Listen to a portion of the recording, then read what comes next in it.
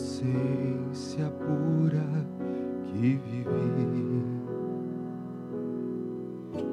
pedaços que de mim caíram, pareciam ter caído no vazio, mas Deus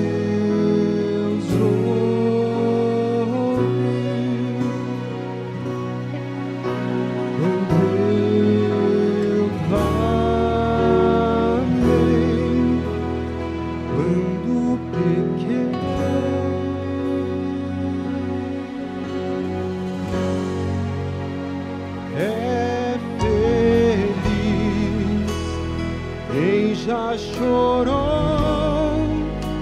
ao perceber que é pecador, ao clamar pelo perdão, meus pedaços Deus juntou.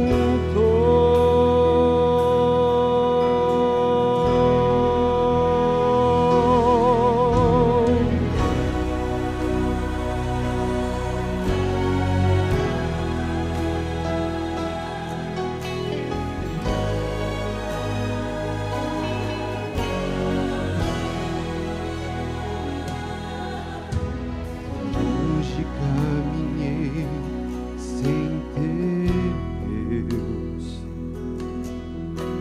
até o respeito próprio eu perdi,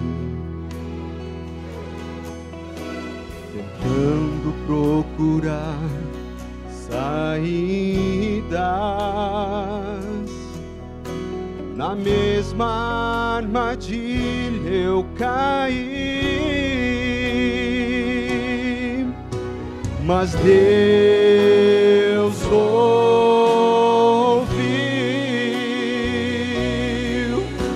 quando eu clamei,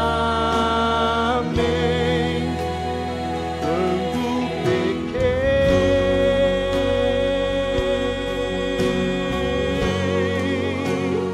É feliz quem já chorou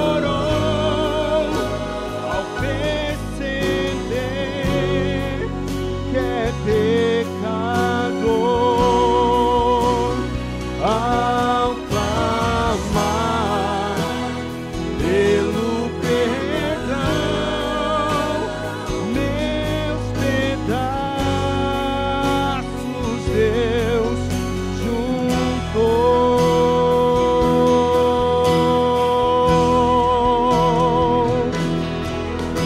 E a fórmula de vida resiste à tentação é buscar sua palavra, se render em oração.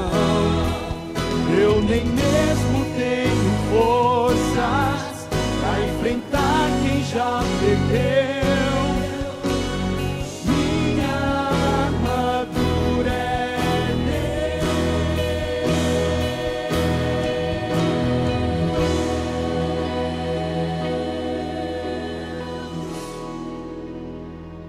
é feliz quem já chorou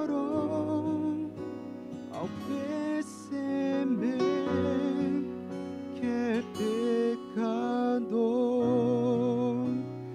ao clamar pelo perdão, meus pedaços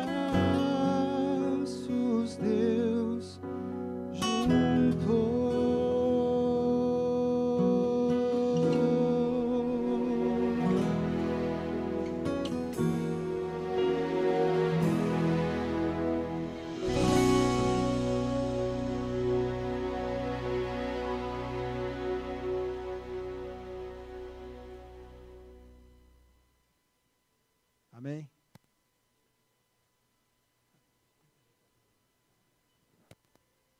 Muito obrigado por essa mensagem, Rodolfo.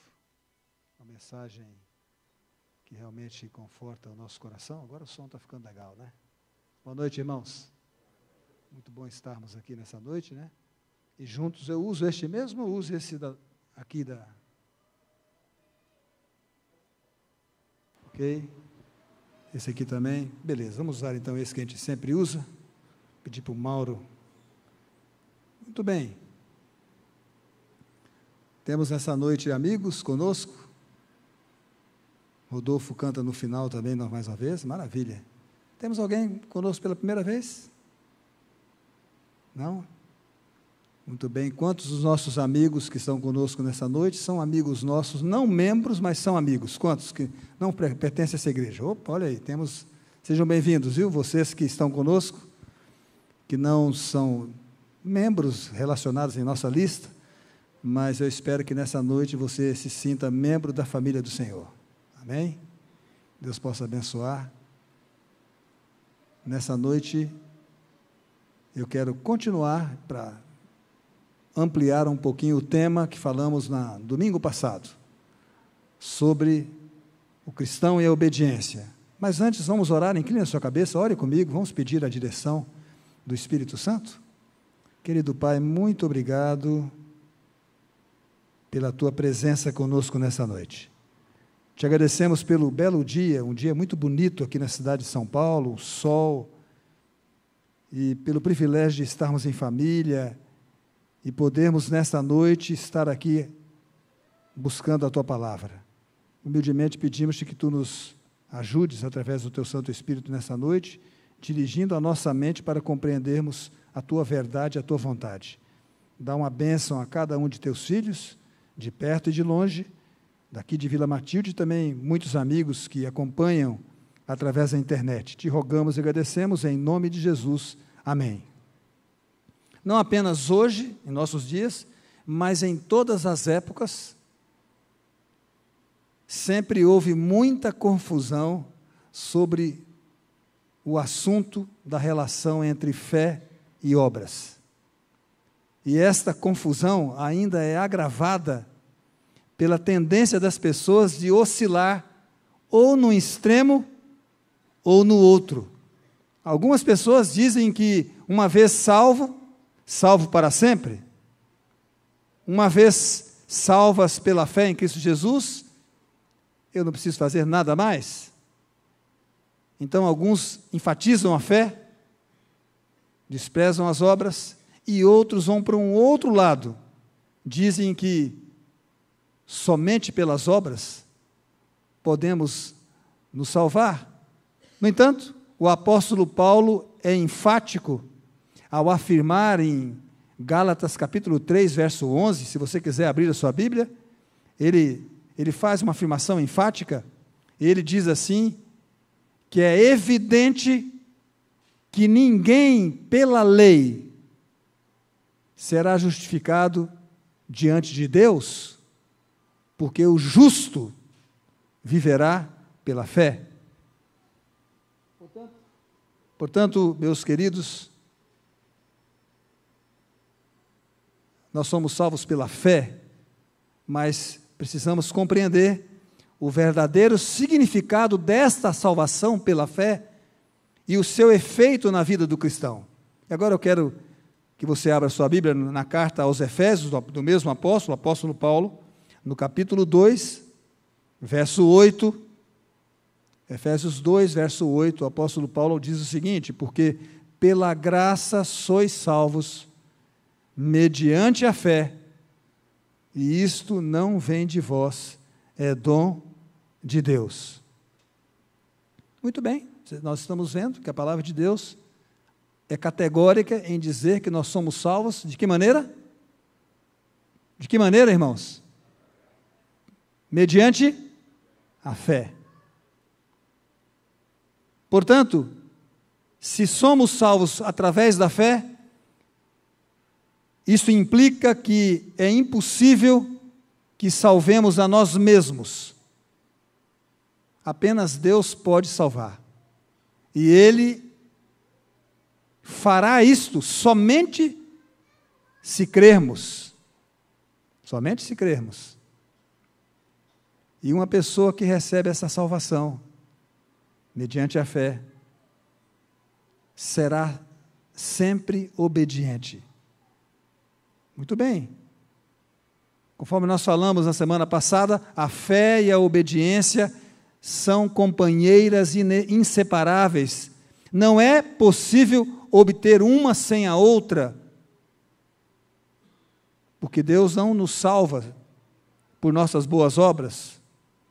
A palavra de Deus afirma que os incrédulos não podem obedecer a Deus porque eles não aceitam a sua lei como norma para as suas vidas.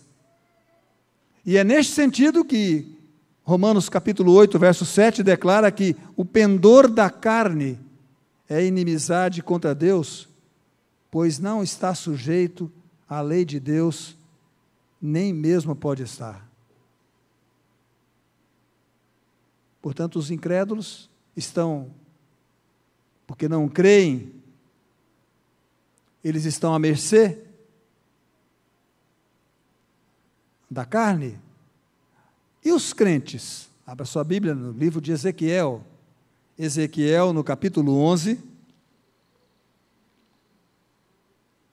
Como é possível, então, obedecer? Ezequiel 11, verso 19. Uma promessa de Deus. Diz assim: dar-lhes-ei um só coração, espírito novo porei dentro deles, ou neles, tirarei da sua carne o coração de pedra, e lhes darei um coração de carne. E se você ler o verso 20, Deus diz por que Ele faz esse transplante naqueles que creem. Nós, os que cremos, se não permitirmos que o Espírito Santo nos conceda um novo coração, também não poderemos ser verdadeiramente obedientes.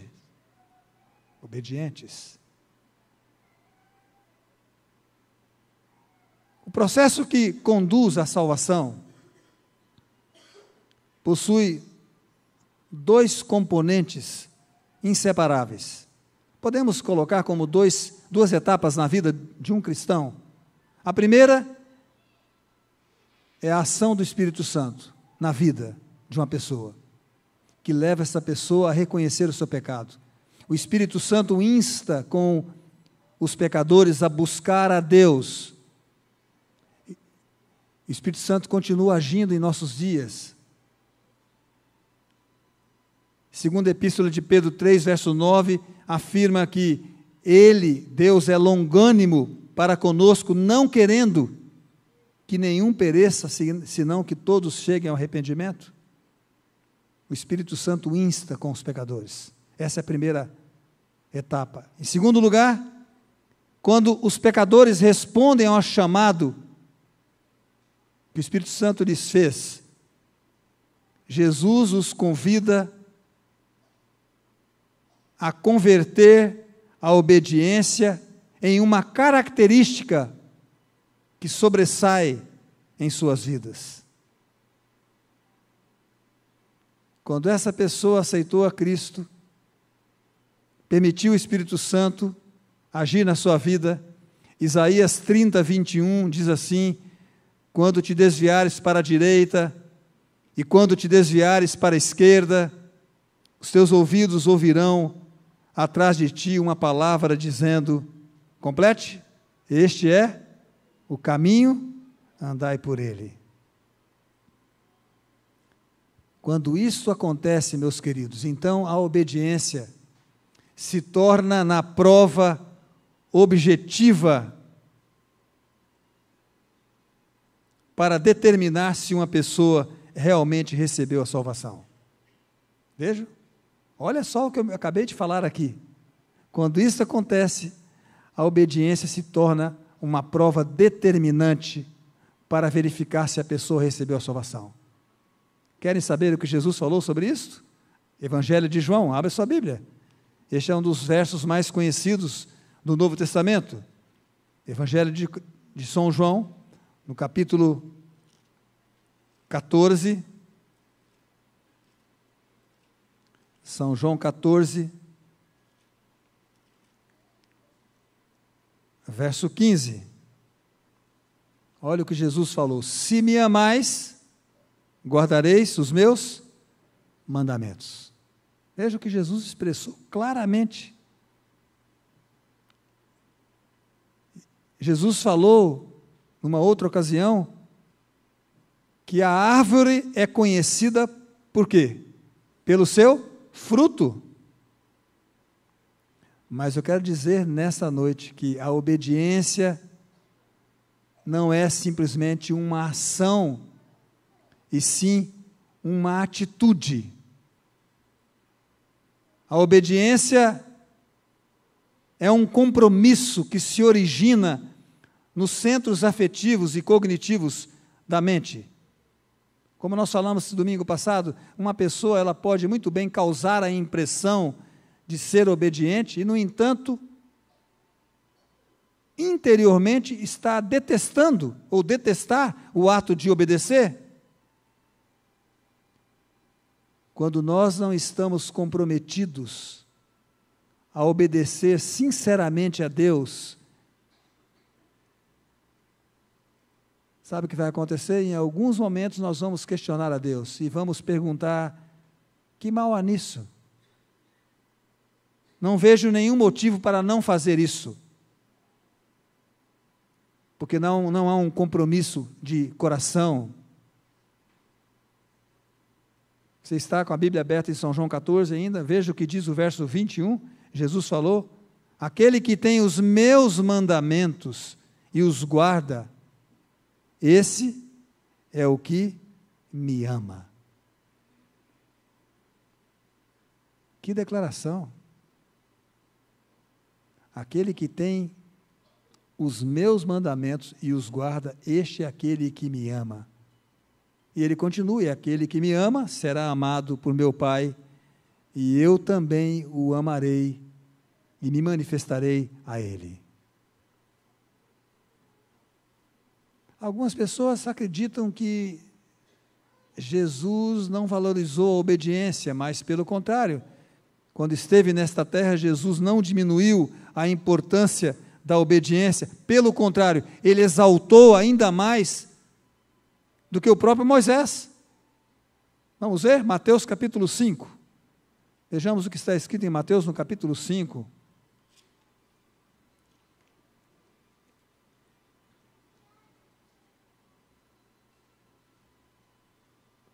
Mateus capítulo 5.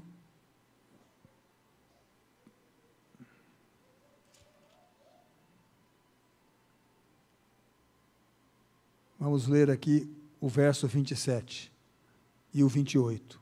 Jesus diz assim: ouvistes o que foi dito?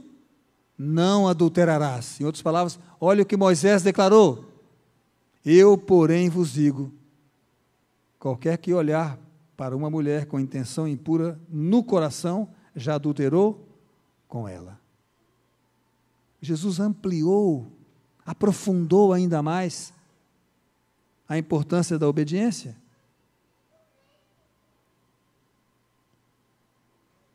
Agora, é possível que uma pessoa que ainda não tem essa atitude para a obediência, é possível que uma pessoa que carece de uma atitude de obediência, obedeça em alguns aspectos, em alguns pontos, mas não em outros.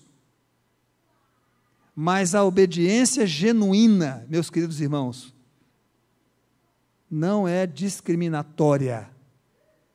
É uma atitude que conduz essa pessoa em direção a uma obediência constante em todas as coisas. Por outro lado, uma pessoa que obedece intencionalmente a alguns mandamentos de Deus, mas não outros, ela não é, por exemplo, 50% obediente, ou quase obediente. Essa pessoa é, aos olhos de Deus, simplesmente desobediente.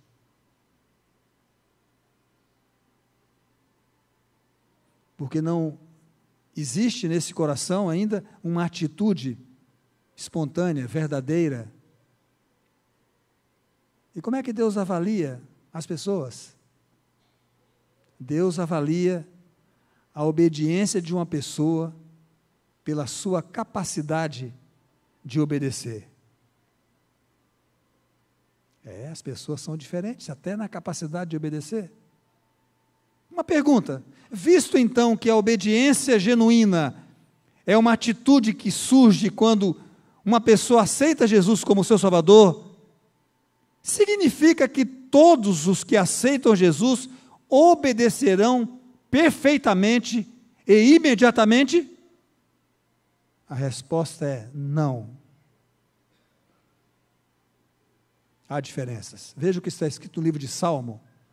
Salmo capítulo 87. No Salmo capítulo 87, no verso 6, diz assim: o Senhor, ao registrar os povos, dirá: este nasceu lá. O Senhor, ao registrar os povos, dirá: esse nasceu lá. Sabe que esse verso nos ensina que Deus leva em consideração o lugar onde uma pessoa nasceu? Significa que Deus considera os nossos antecedentes familiares, Deus considera as oportunidades que tivemos. Nem todos têm as mesmas oportunidades. Por isso que uma vida de verdadeira obediência não significa, não equivale a um padrão de obediência absoluta. Embora os mandamentos de Deus sejam o paradigma e seja a norma absoluta, mas Deus examina o coração.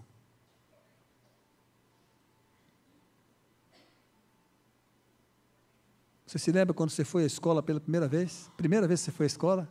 Quantos aqui se lembram? Quantos aqui se lembram quando foram pela primeira vez à escola? Estou vendo alguns aí já velhinhos, né, como eu aí. Eu me lembro. Lá na minha casa, minha mãe, ela decidiu que todos os filhos iam para a escola aos 8 anos. Faz tempo, irmãos. Porque havia uma orientação no Espírito de Profecia quanto a isso. E eu entrei numa sala de aula aos 8 anos. Totalmente preparado, 8 anos. Hoje as crianças entram com 4, 5. Quando uma criança vai para a escola pela primeira vez, ela vai empolgada, na maioria das vezes. Ela deseja aprender. Ela chega no colégio, na escola, com uma atitude para aprender. Ela comete erros em seu aprendizado, mas a sua atitude para aprender facilita o seu desenvolvimento intelectual. Eu me lembro que eu me sobressaí, até porque era um dos mais velhos da minha sala. A vida cristã, meus queridos, é como a vida de um aluno. Vamos falar de um bom aluno, né? Um bom aluno, ele procura tirar a nota máxima nas provas. E quando ele erra uma questão, que ele recebe a prova, ele não se conforma. Como ele errou. E ele sabe que ele vai precisar de estudar mais sobre aquela pergunta, aquela resposta que ele não soube dar na prova. Ele vai precisar de aprender e vai reforçar os estudos para não cometer o mesmo erro. Da mesma maneira, cometemos erros em nossa vida cristã, no crescimento espiritual, no nosso desenvolvimento espiritual, cristão. Mas quando nós estamos comprometidos com uma atitude de obediência, nós detectamos os erros e nós aprendemos com eles. Quero dizer para você nessa noite que Deus vê você como único. No entanto, apesar de sermos diferentes, todos somos considerados responsáveis diante de Deus, não da mesma maneira. Assim como numa família, os pais sabem que não podem educar os filhos da mesma forma, uniformemente. O que funciona com um não funciona com o outro filho.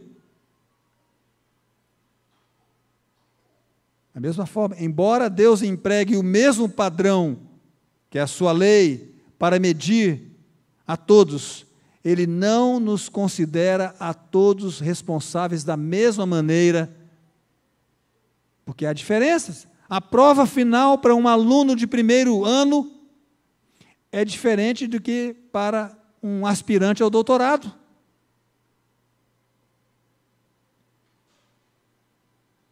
Vamos ver então o que a Bíblia declara sobre a obediência do ponto de vista divino. Abra sua Bíblia em Tiago, capítulo 4.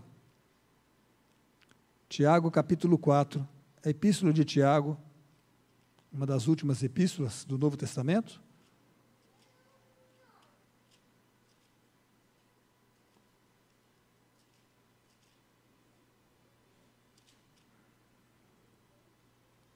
Tiago, capítulo 4, verso 17, diz assim: portanto, aquele que sabe que deve fazer o bem e não o faz, nisso está pecando.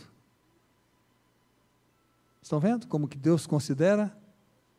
Deus considera uma pessoa responsável, levando em consideração o conhecimento, a luz que esta pessoa possui. Por isso que uma criança, ela pode ser tão absolutamente obediente como um jovem de 21 anos. A diferença está no que se espera de cada um.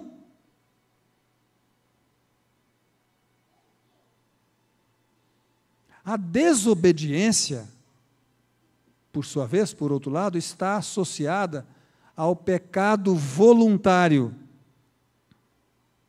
Qual a diferença entre pecado voluntário e pecado involuntário? Veja, voltando ao caso do aluno, um aluno que quer tirar boas notas, a nota máxima, se prepara para isso, faz a prova, mas perde alguns pontos. É diferente daquele outro aluno que só se importa em passar na prova, com o mínimo de estudo possível. O que ele quer é apenas passar. Diferente, totalmente diferente. Um quer tirar a nota máxima, mas perde alguns pontos. Mas o outro, ele não quer tirar a nota, ele quer só passar. Há uma grande diferença entre um cristão que ora todos os dias pedindo ajuda para obedecer e aquele que não acha isso importante, ou acha isso cansativo, ou acha isso inalcançável.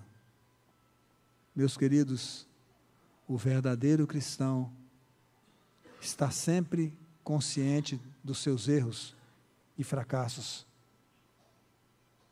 Mas através da oração diária, através da implantação da palavra de Deus em sua vida, por meio do Espírito Santo, ele vai avançando dia a dia, constantemente, rumo à meta de Deus em Cristo Jesus. Agora, para finalizar, uma última pergunta: será que é possível nós considerarmos a obediência um conceito, até certo ponto, relativo, de valor relativo? Sim. A obediência pode ser relativa, mas não opcional. Ela não é opcional. Quando Jesus voltar, não haverá ninguém que vai se salvar que tenha sido intencionalmente desobediente a Deus. os que serão salvos em todas as gerações, terão uma característica em comum. Todos os salvos de todos os tempos terão uma característica em comum: um grande desejo de obedecer à vontade de Deus, de todo o seu coração. Portanto, meus queridos, quando nós compreendemos que a obediência é uma atitude consciente, então saberemos que Deus é capaz de ler a mente. Somente Deus é capaz de ler a mente. E é o único que pode decidir quem é obediente e quem é desobediente. Nós não podemos julgar a ninguém. Agora, eu devo esclarecer aqui uma coisa, que alguns podem ficar preocupados. Quer dizer que tentação não é desobediência. Devido à nossa natureza carnal, pecaminosa, o diabo, ele vai nos tentar constantemente a cairmos no pecado do orgulho, da impureza, da desonestidade e outros pecados. Por isso nós precisamos de fechar os olhos constantemente e os nossos ouvidos à tentação.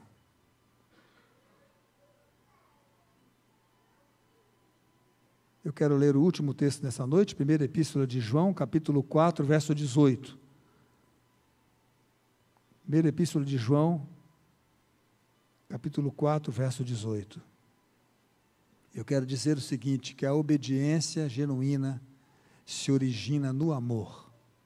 E olha o que diz o apóstolo João, o profeta do amor, 1 João 4, 18. No amor não existe medo. Não fique com medo. Antes, o perfeito amor lança fora o medo. A obediência origina-se no amor. Ela surge do mais íntimo do ser. Por outro lado, a obediência, que é fruto do temor, uma pessoa que obedece por medo, que é fruto do dever, que é fruto da culpa, é uma obediência falsa e superficial. O cristão vitorioso é aquele que é motivado pelo desejo de agradar a Deus. Lembra-se daquele verso que eu falei no domingo passado, de Salmo 40, verso 8, e o cristão verdadeiro, ele diz: agrada-me fazer a tua vontade, ó Deus meu, dentro em meu coração está a tua lei. O amor perfeito remove o temor, mas não expulsa a obediência. Em vez disso, unicamente o amor perfeito, que nasce do íntimo do nosso coração, e que é também um dom de Deus. Unicamente este amor é que possibilita a obediência. Agora, se nós falamos sobre aluno como ilustração, é possível que exista uma prova numa universidade ou num colégio, eu já fiz várias, que esteja cheia de ganchos, de armadilhas. Já fez uma prova assim? O professor redigiu a prova para o aluno errar. E pode ser que você enfrente uma prova que o professor colocou uma pergunta que ele nem deu a matéria.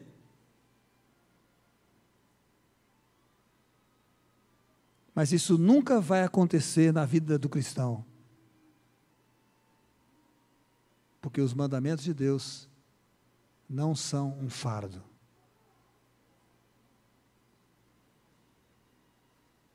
Sabe, ao longo dos séculos, vamos pensar lá no Antigo Testamento, nas gerações passadas, Deus trabalhou com o seu povo, baseando-se no seu conhecimento da verdade, na herança que aquele povo tinha, que possuía, e Deus aceitou a sua atitude de obediência pela fé em Jesus. Eles olhavam para o Jesus que viria. Mas eu quero dizer para vocês nessa noite que o povo de Deus que existirá quando Jesus voltar, mediante o Espírito Santo, esse povo de Deus desfrutará de uma perfeita obediência em cumprimento da promessa. O apóstolo Paulo disse em Filipenses capítulo 1, 6, estou plenamente certo de que aquele que começou boa obra em vós, há de completá-la até o dia de Cristo Jesus. Você gostaria de fazer parte deste povo de Deus nos últimos dias, que vai estar perfeito aos olhos de Deus, porque Deus vai completar a obra no coração desses seus filhos? Quantos gostariam? Eu também gostaria. Deus possa abençoar a cada um de nós nessa noite.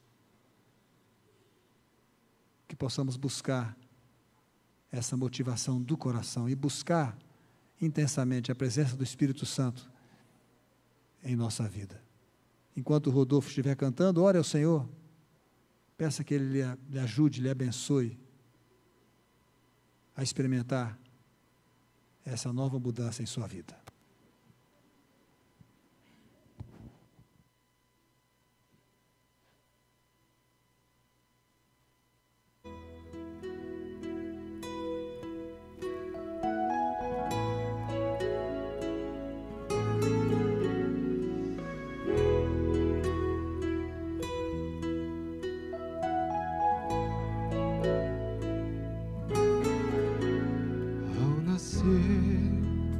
Eu ouvi você chorar e pude até sentir seu coração pulsar. Ninguém me viu ali, mas eu te amei e só vou pedir. Ouça o que direi. Como criança eu pra sempre vou te amar. E se o calor faltar, em mim vais encontrar. E quando a idade enfim chegar, não deixes de lembrar. Como criança eu pra sempre vou te amar.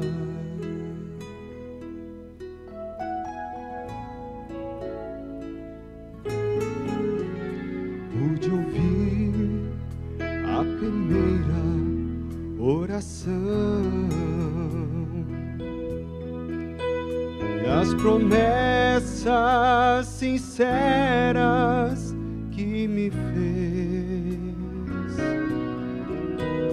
Um dia então prostrou-se, dizendo que pegou.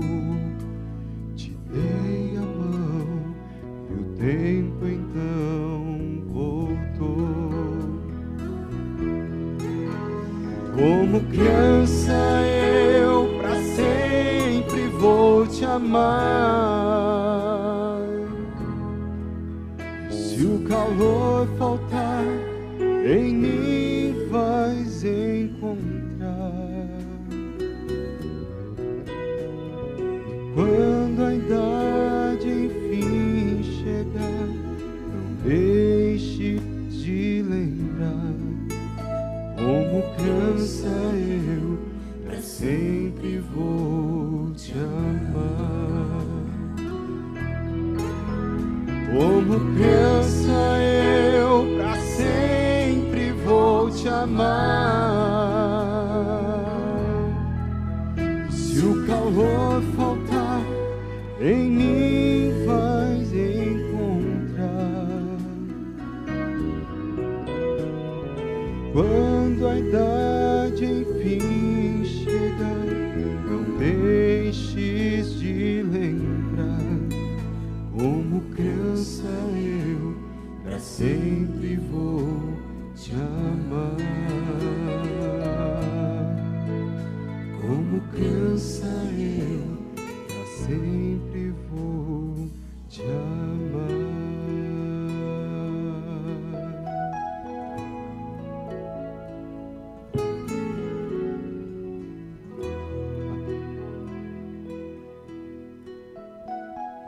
Jesus falou que nós deveríamos ser como as crianças, né? Na verdade, dependentes, humildes. E é isso mesmo, nós precisamos, se desejarmos vencer, dependemos dele diariamente, do seu Espírito, que vai estar conosco. Vamos orar? Grande Deus, querido Pai, muito obrigado, porque podemos nos assentar aos teus pés nessa noite e aprender da tua palavra. Ajuda-nos, Senhor, a fim de que a salvação que recebemos de ti opere a transformação que nos prepare para sermos súditos do teu reino. Quando o Senhor voltar, que estejamos junto aos fiéis de todas as épocas, possamos levantar os nossos braços e dizer: esse é o nosso Deus a quem aguardávamos, na sua salvação exultaremos e nos alegraremos. Permite, Pai, que temos a tua presença durante cada dia dessa semana. Amanhã é um dia de trabalhos. Dirige a nossa vida ao longo dessa semana. E que ao irmos essa noite para casa, que o Senhor possa nos acompanhar, nos levar em segurança, nos dar a renovação das forças, o descanso reparador. Uma bênção a cada filho teu, aqui e aqueles que estão conosco também. Te rogamos em nome de Jesus. Amém. Deus abençoe a todos. Uma boa semana.